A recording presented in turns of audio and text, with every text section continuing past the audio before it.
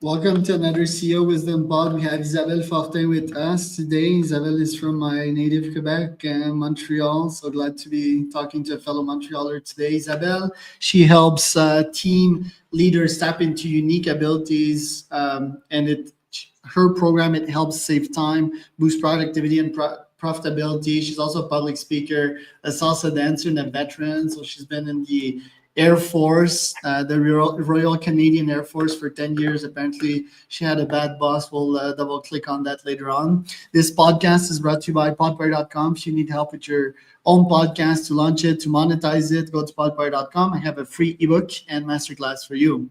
Isa, welcome to the pod. Tell us a bit more about yourself and what you're up to nowadays. Merci, Charles. I'm doing great. I'm looking forward for this Canadian winter to be over. And well, what I've been up to is helping leaders tap into the unique abilities of every single one of their members, of their team members, so they can increase everything, increase engagement, increase employee productivity, and of course, the bottom line. Right. And tell me about the Air Force 10 years stunt there. Apparently, you had a bad boss. Oh, so the Air Force was the family business for me. Both my parents served. That's how they met. And when I joined in 1989, my brother was an Air Force pilot. So for me, out of high school, there was no question. I was just going to join the military, and that was the end of that.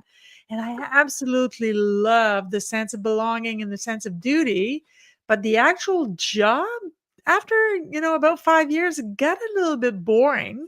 And I didn't see what other task or job I could actually do that would tickle my fancy. I was seeking a little bit more freedom. So that's why I released from the Air Force and I joined corporate America. 10 years in, Right. 1999. Right, and tell me about the experience that you acquired there. Is it hard to be in the Air Force? Did you acquire military discipline or something? I did acquire military discipline. I still make my bed every morning, which, that I didn't think I would ever. But as far as leadership is concerned, what the military taught me is that the mission should come first. And when you have that ability to put the mission first, well, what that ends up happening is you put egos aside. So the rookie that's just joining in the team, if that person is better at doing a particular task, they get the job because they're going to do it more efficiently. They're going to be happier to do it. It's going to be done without mistakes, or actually at least fewer mistakes. And that is how they contribute to the team. And when you use that, the unique abilities of everybody, what ends up happening, even in their private lives, it is called the dinner table effect. That's how I call it. Is if you know what you're contributing to your team and you know what you're doing is great and you're good at it, because as humans, we all love doing the things that we're good at because it gives us a sense of self-worth. Well, when you show up at your dinner table at night, you're in a better mood. You show up present and happy, and you're more engaged with your family, and that has a ripple effect on their lives as well. So everybody wins. So that's basically what I got from the military, Charles. Right, and tell me about the percentage of businesses that have human/employees that are great at the dinner table at night and have high EQ, the ones that you're coaching. Is it the majority of businesses, or most still operate in a draconian way? Yeah, most companies are still uh, managing their teams with command and control through fear base. I heard an employee recently telling me that he is told on a monthly, if not weekly basis, that he can be replaced by anybody off the street. So obviously, he doesn't feel valued, he doesn't feel seen or heard. And unfortunately, it's still the way that most of corporate America is ran. And that's extremely sad and inefficient. But do you feel that he's not up to date, or that's just how his bosses make him feel? Because I think employees have a big competency problem nowadays with AI. Their learning doesn't progress as fast. Most are not super entrepreneurial in how they are and how they show up to a business. What do you think about that? Well, I think you're touching an extremely valid point. However, it's true that human beings will never learn as fast as AI. And I'm not an expert on AI, not by any stretch of the imagination. However, AI will never replace a human. So, of course, everything and anything that can be automized will be. So people that are afraid that their jobs are going to be taken by AI may actually be accurate.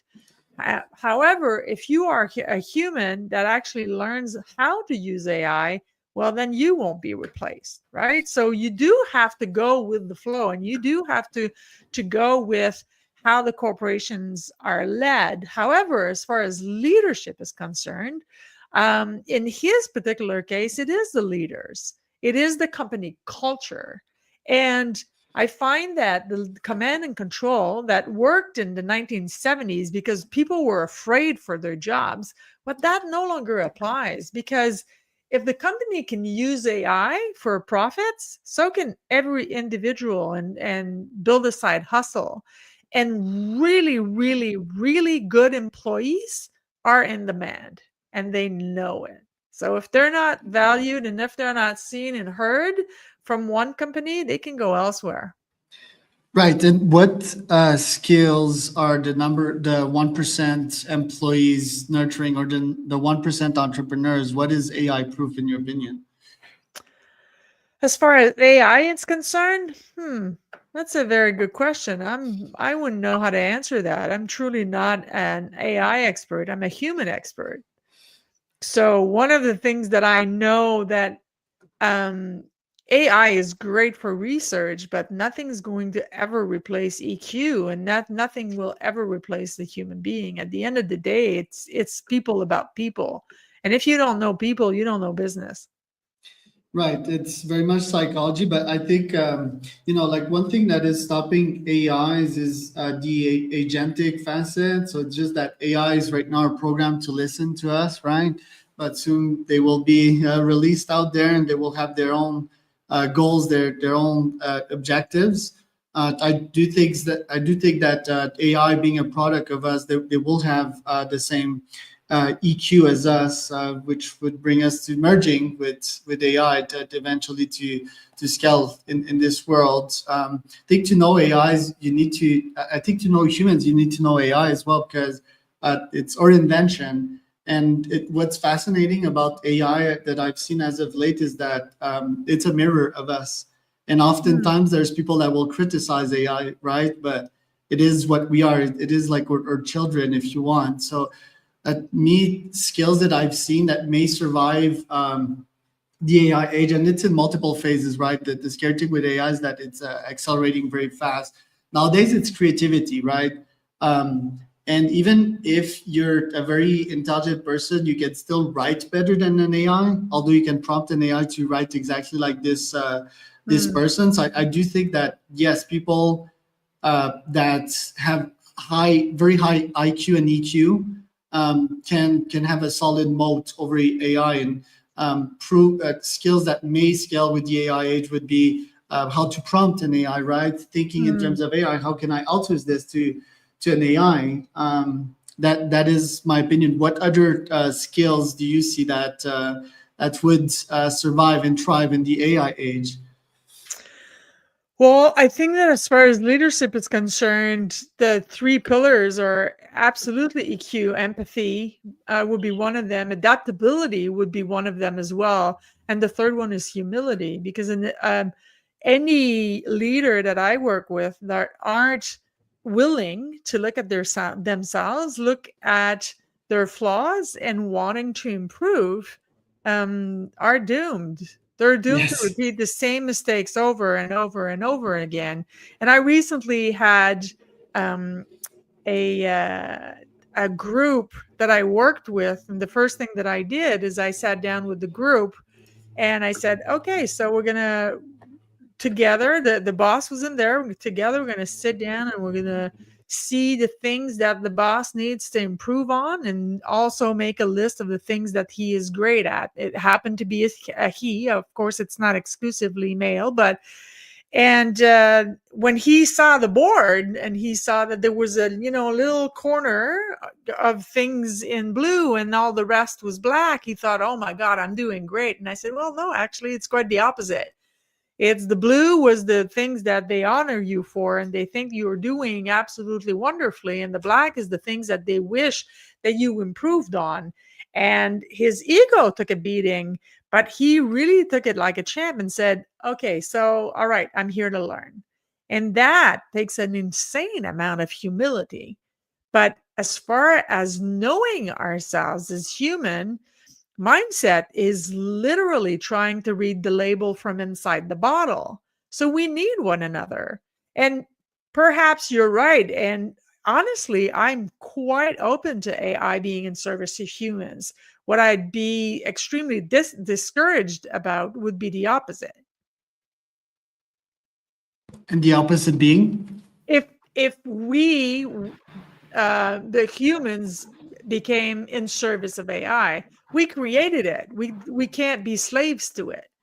It's a Yes. tool, and it's an extremely powerful tool. And you're absolutely right, Charles. It's only going to get better, and it's going to improve extremely rapidly, faster than we can imagine. But let's please keep it in service of humans and not the other way around. Yeah, or keeping it in service is like enslaving some things. I would be more in favor of like merging it. Merging with it could make a bit more sense. And we humans have a bunch of technologies inside us that AGI won't catch up with, like until a very long time. EQ and emotions being one of them. Emotions being energy. I even think we could leverage that to power AI. But you mentioned being enslaved. The first thing that's funny is that to get feedback nowadays, I use an AI. So I feed it a lot of data, plus I feed it my flaws. And I ask it, like, what other flaws could I have based on this, based on that? And that helps me a lot to become better. And the second thing, I can tell you, even as a very intelligent person, very successful businessman, I'm already a slave to AI. AI decides of my goal with the data that I feed it. It decides of my content, and I'm happy as a result. I'm more successful, but I cannot see a future in which, yeah, AI isn't overpowering us. But it's also depend on the definition of power, right? I think power is a human notion. Is power really a thing? I think power becomes toxic and negative once someone tries to abuse you and overpower you, right? Which is a very human thing again. Yeah. If we're lucky, maybe AGI would understand that this is, AGI would probably view the world as an ecosystem, right? In which everything that is disrupted is probably a net negative for all the sum of the participants or something. That's interesting. I don't know. For me, human beings will hopefully always have the power of choice, and you choose what you want to do with it. Yeah, So you're not in sovereignty. service of AI. You choose to use AI, which is fine. It's a valid choice, but Right. you choose to use AI the way that you actually use it. And that's one thing that AI will never be able to remove from humans, is the power of choice. And that what differs us from animals, is the power to choose. We choose to who we are. We choose to forge the life that we want, and we choose, in my case, the way that we use AI and the way that we lead other people. Right. And do you feel the current corporations or organizations that you're serving, don't you feel that this is like EQ in the benefit in the in the name of profits? Like, oh, let's all work well together. Let's have fun for the 1% on top to make more cash. Isn't this like EQ for profit, sort of? Well, I think that right now it's the lack of EQ for profit, right? Okay. Because if it was EQ for profit, then everybody would win, and not only the top 1% or the shareholders, but it's being proven more and more and more every year that when the companies and the leaders actually use EQ and empathy and everything else, it actually benefits everybody, including the bottom line and including the 1%. So why not use it when you know command and control doesn't work no more? And the employee turnover is so extremely costly. It's 1.5 to 2 times an annual salary of someone you replace to replace them with somebody. So why not tap into the unique abilities of everyone that you actually have and try to keep them as long as you possibly can? And the best way to do that is to have them happy and fulfilled. Right. What do you have to say about authenticity at work? Because, in my opinion, there's truths, right? Like fundamental truths, realities, and then there's business truths, right? So how you show up at work is not necessarily how you'll show up at the dinner table for most. That's very true. Actually, to be very honest with you, I don't use the word authentic. I use the word genuine. Okay. Because for me, that doesn't mean it's a dictionary version or definition of the word. But for me, authentic is showing up as all of myself, which I don't necessarily want to do. When I'm in a workplace, I don't want people to know what my favorite sexual position is. That's none of their business. What I do want to do is what I do choose to show up, that would be genuine to who I am. So I'm not going to pretend that I'm somebody else. The part that you have access, the part of me that that I give you access to is actually me. It's just not all of me. So for me, I prone genuine way more than authentic. For Right. me, there's a pressure to authenticity. There are parts of me I don't want to share with the world. They belong to me, and I want to share them with, the inner circle. So that's why I'm very careful with that word. So as far as your question is concerned, I apply the same thing with my job. Is when I show up with a client, the version of me that they're introduced to is absolutely me. It's just not all of it. Right. And aren't we constantly adaptive as creatures, right? Like we change our behaviors depending on the game that's put in front of us, and Absolutely. business being like 60% of this life. Absolutely. And you know what? It even goes further than that, Charles, but because if you look at what I call the natural born leaders, the ones that are absolutely phenomenal at leading, you watch them, and if you observe and you're capable of just putting yourself outside and watch them, they will use one kind of language with one person and another kind of language with another, and one person they'll swear with and the next one they'll talk about God. And it doesn't mean that any of that is fake. They're just tapping into who their audience is, who they are talking with, and what part of them resonates with that, with the other person. And that extreme adaptability is what makes them natural born leaders, because Right. they're capable of naturally simply adapting who with whom they are talking. Right. Tell me about your ICP, like who you target and how you target them, how do you get in touch with them nowadays? I use a lot of LinkedIn actually, and I like going on either YouTube or Instagram and go comment in the comments. So I will follow people who have a similar um, discours speech that I have, and then I will go comment in the comments. I actually love doing that, and my target audience are leaders of any industry who actually want to put their people first and see their bottom line increase.